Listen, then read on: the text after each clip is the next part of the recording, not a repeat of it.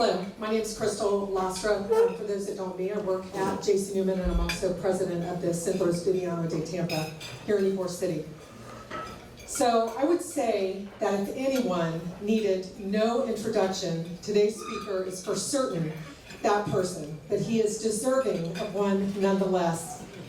He's also going to tell me to keep it short. He has a lot to say today, so I'll try to. The Honorable Judge Emiliano E.J. Salcinas is a Tampa native, retired appellate, always a word I get stuck on, judge, and our community's most cherished historian. Over a distinguished career, he served 4 terms as Hillsborough County State Attorney. One of his 2 loyal assistants was my mother, who sat outside of his office for all 4 of those terms. And in those years, he hired the first African American, the first disabled, and the first female assistant state attorneys.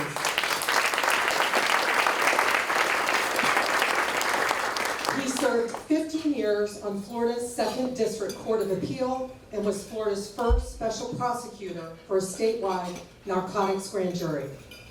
He has shaped countless careers and professionally mentored more people than we have time to list today. If you know a Florida attorney who went to South Texas law, he sent them there. Beyond his career, Judge Salcinas has dedicated his life to preserving and sharing Tampa's history, especially the story of Ybor City in West Tampa, from which he hails. Judge Salcinas was knighted by King Juan Carlos of Spain into the Royal Order of Queen Isabella. We are all among royalty as well. A founder of the Tampa Bay History Center and a celebrated author and lecturer, his storytelling keeps alive the culture, heritage, and spirit of our immigrant community. We are honored to welcome him today as he reflects on the 140th anniversary of Ybor City's founding. Please welcome Judge E.J. Salcinas. It's great to be back in Ybor City. What an important event you all are celebrating. 140 years ago, there was nothing where we're at today. As I'll get into it in just a moment, 140 years ago, Tampa was at best, a small fishing village with some citrus groves, certainly some cattle that we could send down to Cuba, but there was no industry. We had about 1,200 inhabitants. 1,200 inhabitants. That was Tampa town. It had grown from the village of Tampa. And as I'm going to tell you in just a few moments, it has become the city of Tampa. So what they've given me today is the impossible dream. The impossible mission. I can see Caesar Gunsmart with his violin playing those beautiful songs, that beautiful song with beautiful words, The Impossible Dream. Well, that's the assignment that they've given me.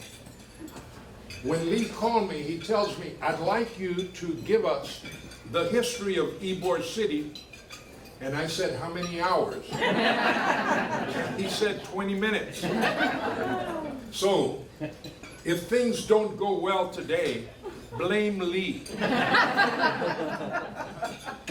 This is an important occasion because we are honoring the men that you see there, especially the first 4. The most important is Vicente Martinez Ybor, who was the old man. He was the one that wanted to bring the cigar industry here. He had been looking where to go. He wanted to move from Key West. And the man next to him was his general manager of the factory, Eduardo Manrara.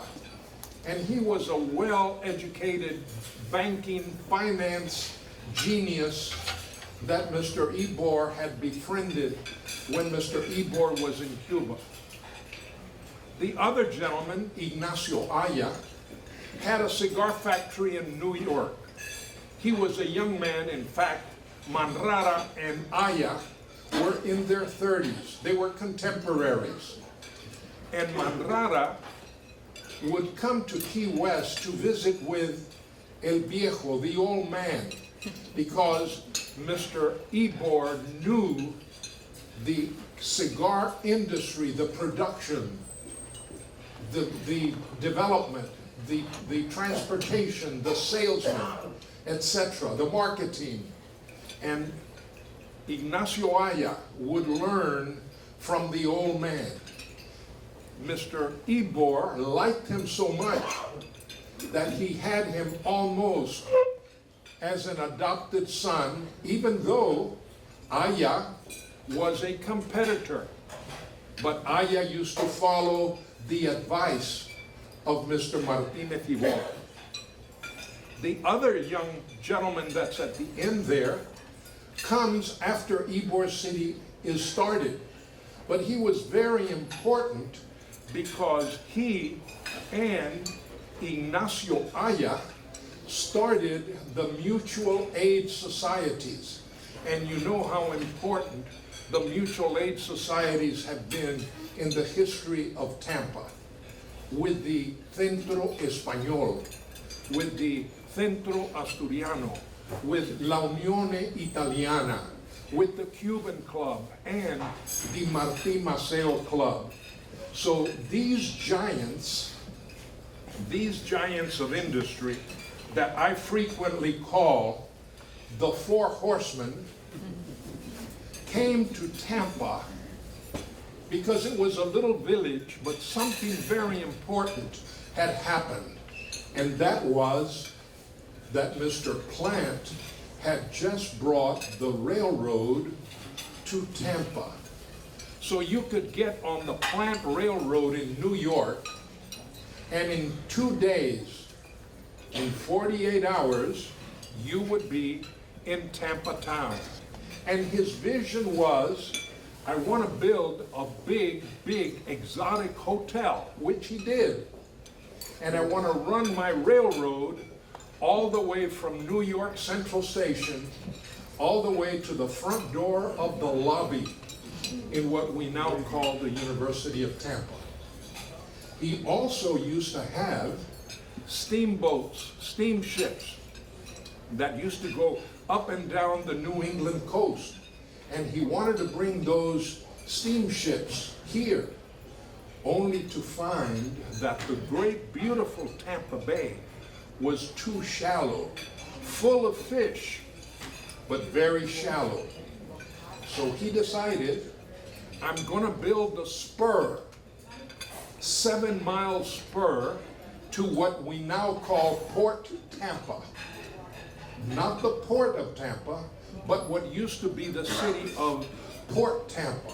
It's there that he built wharfs so that his ferries could come not just to Tampa, but could travel to Key West, which was the largest city in Florida. Hard to believe.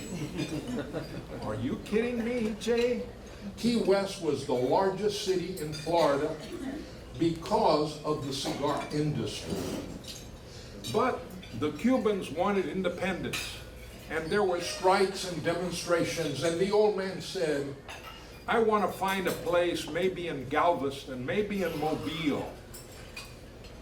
I want to transfer my cigar factory, and it so happens that Mr. Aya is visiting with him and says, you know, I just came from New York to a place called Tampa.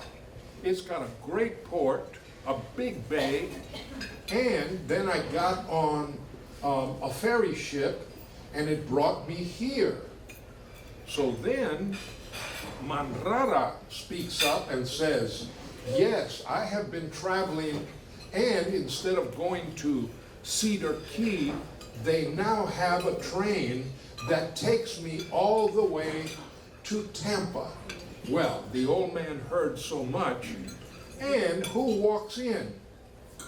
Gavino Gutierrez, who was a friend of theirs. He was a Spaniard like they were, and he was in the import-export business, had come with a dear friend looking for guavas, and they didn't find enough guava trees here, so they decided, let's go on the ferry ship down to Key West, and then we'll get a boat to bring us back to New York by boat.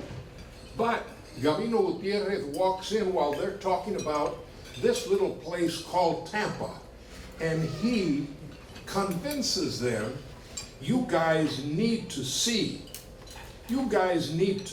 Tampa. I think you're going to be more impressed with Tampa than you're going to be with Galveston or with Mobile. So the four of them decided to come here. Well, Tampa had no streets, paved streets. There were sand streets. We had no sidewalks. Surely there were no automobiles because they weren't invented until after the old man and Mr. Plant had died. So how did you get around? You got around walking or by horse. Or you could rent a buggy with a horse, and they went to see the Chamber of Commerce. It wasn't called the Chamber then, but it was the Board of Trade. And it was the Board of Trade that welcomed these four immigrants with an accent, and they were interested in finding land to bring two cigar factories. Mr. Ybor's factory, which was a big cigar factory in Key West, one of three biggies in Key West, and Mr. Aya, who wanted to transfer his medium-sized factory from New York. Oh yes, you want to take a look at this piece of property, you want to take a look at that piece of property. And while they are negotiating, especially Mr. Ybor, he celebrates his 66th birthday. So, as we celebrate the 140th, how old was he, EJ, when he came here? Well, he was 66 years of age. The people that were with him, the two men that helped him a lot, Manrara and Aya, were 42 and 43. And Gavino Gutierrez, who happened to walk in, he had studied architecture and engineering in New York, spoke English well, married to an Irish lady from New York. He was just 36. So in looking for property, Mr. Ybor focused on 40 acres that the former sheriff of Hillsborough County, the former clerk of the court of Hillsborough County, a gentleman by the name of John T. Leslie, negotiated for 40 acres. And Ybor buys 40 acres. And then shortly thereafter buys 50 acres. And Ignacio Aya buys 20 acres. And they quickly tell Gavino Gutierrez, okay, we want you to be our foreman.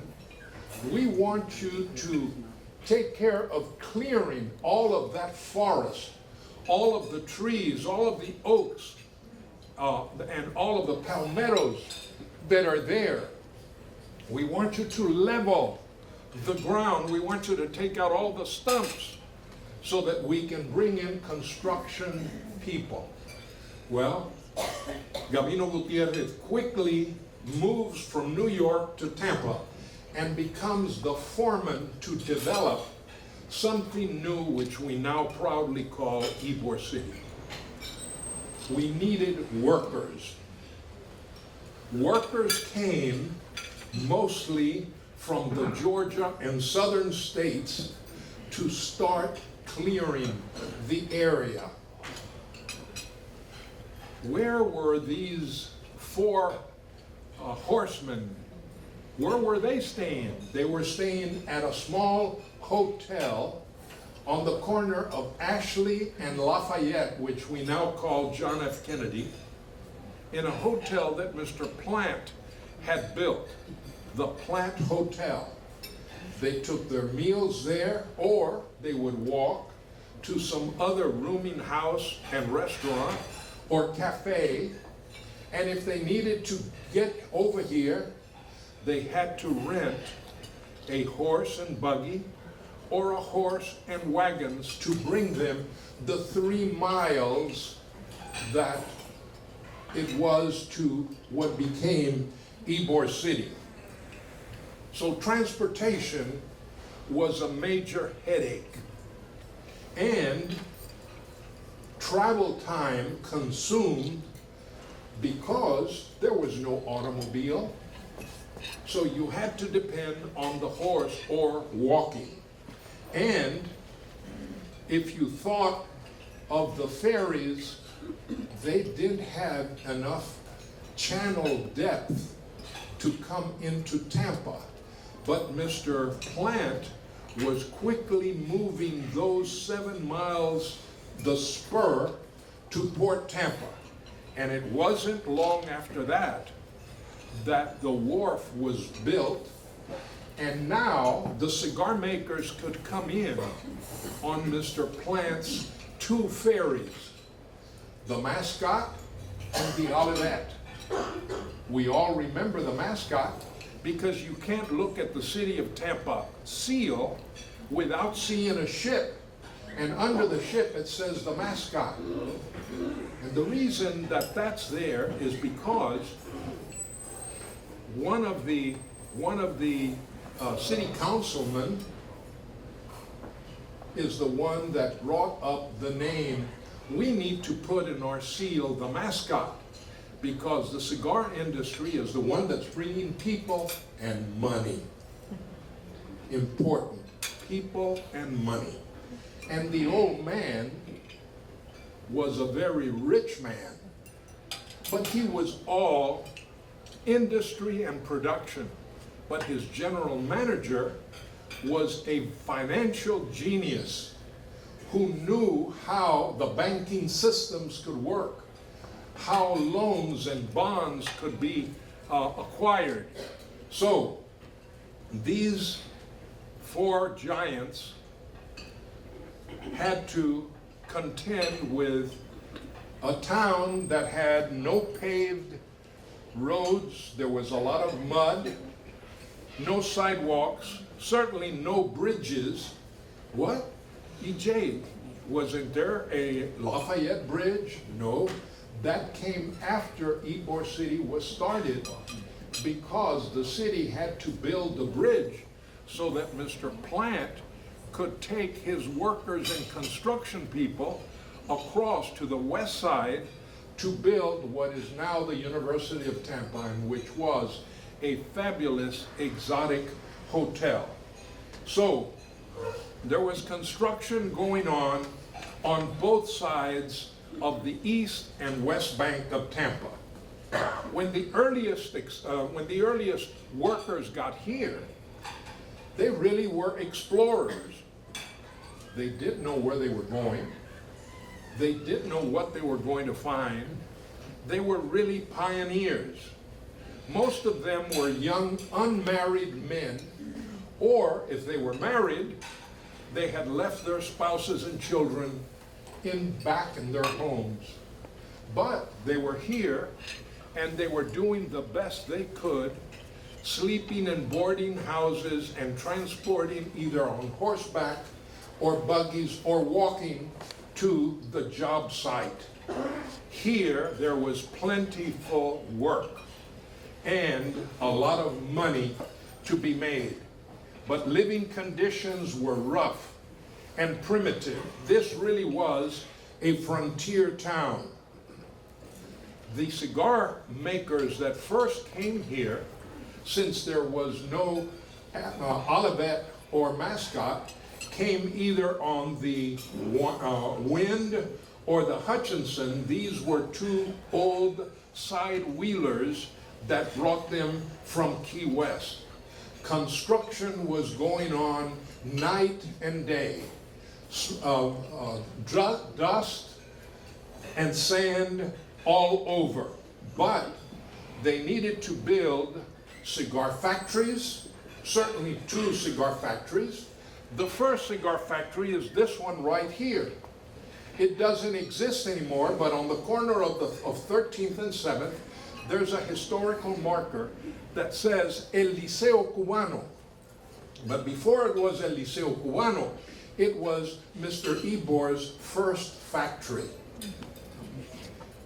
And something terrible happened in Key West. There was a massive destructive fire. Many cigar factories were burned. Hundreds of homes were burned.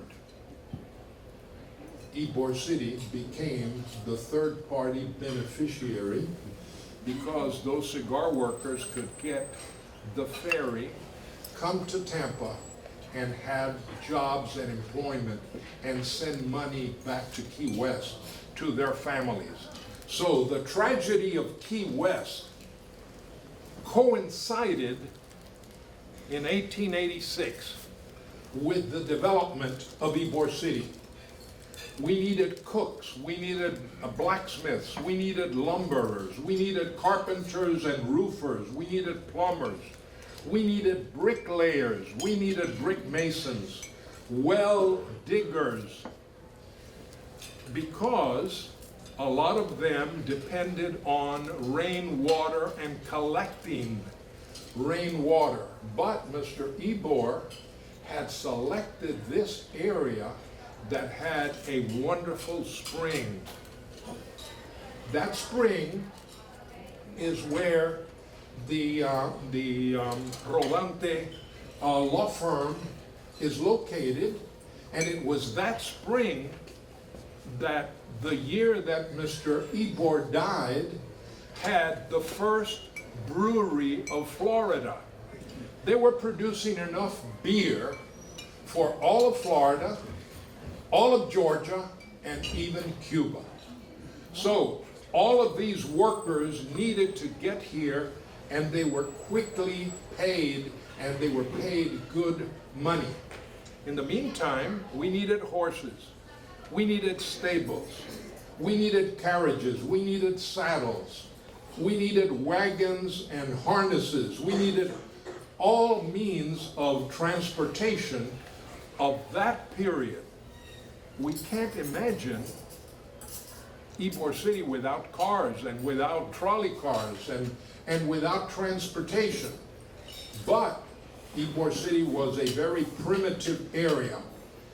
The workforce that was needed was quickly being satisfied because Mr. Gabino Gutierrez not only laid out the streets, the avenues. Remember, the streets run north and south, thanks to Gabino Gutierrez. The avenues run east and west. Where did he come up with that idea, EJ? Why didn't he do what they did in downtown Tampa, naming the streets for revolutionary heroes? No, he was from New York. And he knew that in New York you don't get lost by the numbering system. So that's why we have the numbering system in Ybor City. He decided, let's put the first factory here, the second factory there. Another factory man says, I want a big factory. And because of the fire in Key West, Mr. Ybor quickly changes his mind and says, I don't want any more wooden cigar factories. I want you to build me a brick cigar factory. This is the famous picture of Jose Marti in front of the brick cigar factory that our friend the artist has brought us today. So beautiful. That was the first brick cigar factory in Tampa history, and it became the largest cigar factory in the country. Then we have the big issue of food supply. Okay, so we've got water, we've got work to do.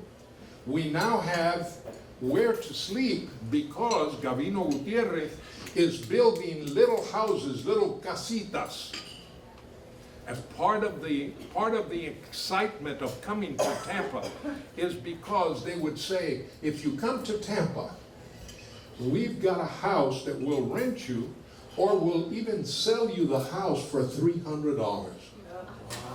I can be a homeowner for $300. Yes, you didn't get much of a house, but you got a wooden place where you could cook and sleep and entertain friends. Or you could have a bigger house, or you could have a mansion for $3,500. Not bad. So now you had a place that you could rent. But is there a bank? Well, Mr. Manrada would take care of the financing because directly across the street from the big brick factory, there was the finance and loan company that Martinez Ybor and Manrada had. So you could be working in the factories and they would deduct your payments from your salary, or if you needed money, you can borrow money, and you were living close to the factory. So you didn't have to travel long. You were right there. So you ate and you worked and you entertained close to where you were living. Then we had the problem of refrigeration. There was no refrigeration, but there was a gentleman that opened up a big ice plant. So now, John Severisi, an Italian entrepreneur who had a fishing company here, he could get a lot of ice and not only preserve the fish, but he could put the fish in Mr. Plant's railroad, and now in 24 hours, that fish that he got from the Hillsborough River or from the Tampa Bay or from the Gulf was now in New York. Mr. Severisi not only became a giant of industry here, he became the first Commodore of the Tampa Yacht and Country Club. And I don't want to forget Herman Glogowski. He was here, the mayor of Tampa, the first Jewish mayor of Tampa. He was the one that greeted Mr. Plant when Mr. Plant arrived with the railroad. He was the one that did the ribbon cutting for the Tampa Bay Hotel. He was the one that welcomed the 4 giants that brought the industry here. Herman Glogowski was a dear friend of these men, but men of industry. Unfortunately, Herman Glogowski got killed here in Ybor City because a new thing called an automobile hit his coach, his horse and buggy, and he died early in the 20th century.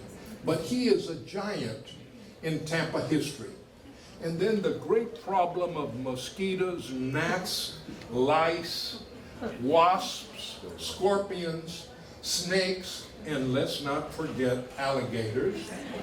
And they all had to be cleared through this area that Mr. Ybor now had bought up to 1,000 acres.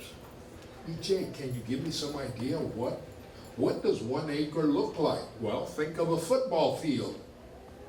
A football field is an acre. He first bought 40, then he bought 50. Manrara bought 20. And then Ybor continued to buy and buy and buy. And he got to have 1,000 acres in what we now call Ybor City. And Gavino Gutierrez is laying out what's going to be where. And we have to have saloons for sure. We have to have restaurants, they're indispensable. Barbershops, we got to have dry goods stores, and then many Jewish families came from Key West and from Gainesville and Jacksonville. And before you know it, we have a mixture of national groups: Spaniards, Cubans, Italian, Irish, Scottish, French, German, Russian, many mixtures here with multi-languages, multi-cultures, and they all got along. Mr. Glogowski, by the way, became the first president of the German-American Club. I didn't mention that as a mutual aid society because it ended in 1919 because there was so much resentment against the Germans following the First World War. But the development of Mr. Plant in Port Tampa had a major impact on the growth of Ybor City. So we saw how things were developing quickly in Ybor City. Now we were having streets that were being paved, sidewalks that were being paved with lumber until a big rainstorm came along, and then the lumber started jumping out, and then they had to find something else to do. So then the mascot and the Olivet are constantly going back and forth, Havana, Key West, Tampa, Tampa, Key West, Havana, back and forth, bringing us more and more workers and more cigar factories. We got to the point where Tampa is now really developing, and the little Bank of Tampa becomes the first national bank. And Mr. Manrara says, let's form another bank. And the Exchange National Bank is born, and he is the president. And then there is a Tampa Gas Company. Tampa Gas. What do you do with gas? Well, it's going to light up, light up. What if that thing explodes? And then somebody invented the light bulb.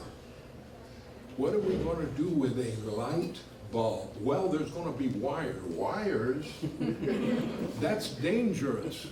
Well, before you knew it, we had gas lighting, and then we had electric lights. And then we had streetcars. And the streetcars could take you from Ybor City to downtown, over to West Tampa, once the Fortune Street Bridge was built. And then all the way to Ballast Point, which was a wonderful Sunday picnic location. Anyway, this area is really developing fast. And in Ybor City, Viva Cuba Libre is the big thing that the Cubans want, independence of their nation. And they invited a great speaker to come from New York to Ybor City. Jose Marti becomes the great hero. He came to Tampa more than 20 times. They organized, and the Marti War started in 1895. And in the meantime, the U.S. Supreme Court is debating whether or not separate but equal rights is the law of the land. And they come down with a decision called Plessy versus Ferguson. And they said that separate but equal is the law of the land. The Cubans, who were composed of whites, blacks, and mulattoes, now all of a sudden could no longer have their Cuban club, or el Club Nacional, and that was the birth of the black or Afro-Cuban club called the Martí Maceo Club. In the meantime, the nuns have come to open schools here. The priests, 3 priests died in downtown at the St. Louis Church, and the bishop asked the Jesuits to come to Tampa. They not only took over St. Louis Church, they came to Ybor City, and they opened Our Lady of Mercy just a few blocks from where we are today. A block and a half from where Mr. Martinez Ybor had his residence. What a coincidence that the smart Jesuits named the name of the church Our Lady of Mercy, and Mercedes was the name of Mr. Ybor's wife. Then the nuns from the Academy of Holy Names downtown opened a school called St. Peter Claver to teach the Afro-Cuban children, blacks, who could no longer go to a white school, and now you had education for the blacks. Tampa was in great revolution with the Cuban Revolution, and then with segregation and Jim Crow. And then, unfortunately, Mr. Ybor passed away. Mr. Ybor passed away in 1896. And Jennifer Dietz was able to get me from the archives, that she is the head of the archives, got me records that nobody has yet researched. The largest funeral that Tampa had ever had was the funeral of Vicente Martinez Ybor. And shortly thereafter, there is a mysterious explosion in Havana, Cuba, that had a major impact not only in Tampa and Ybor City, but in the world. The explosion of the Maine. And the newspaper man in New York that was saying, "Remember the Maine and to hell with Spain." And Spain is saying, "We have nothing to do with that ship exploding." But we declared war on Spain. Spain quickly surrendered. The historians call the Spanish-American War the splendid little war, because overnight in 1898, the United States was no longer a small country. It became an international power because we acquired Cuba, Puerto Rico, Guam, the Philippines, the Mariana Islands, all the way to the Pacific. The United States became a world power in 1898. And the next year, unfortunately, there was another big funeral. And it was the funeral of Henry B. Plant, who had done so much for Florida and for the development of Tampa. My time is up. I wish I could be here another 3 hours to give you very interesting material. In closing, I want to tell you that you all are at the cusp of an important event. You are now 95 years old as a Chamber of Commerce. James Fernandez was your very first president. He was a practicing attorney here in Tampa. So take these next 5 years to not only enhance Ybor City, but also enhance the commerce in this community, because without commerce, you cannot have good employments and money.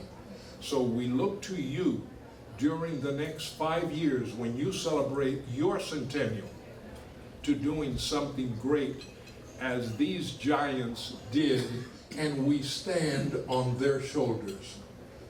Happy birthday, Ybor. Thank you very much.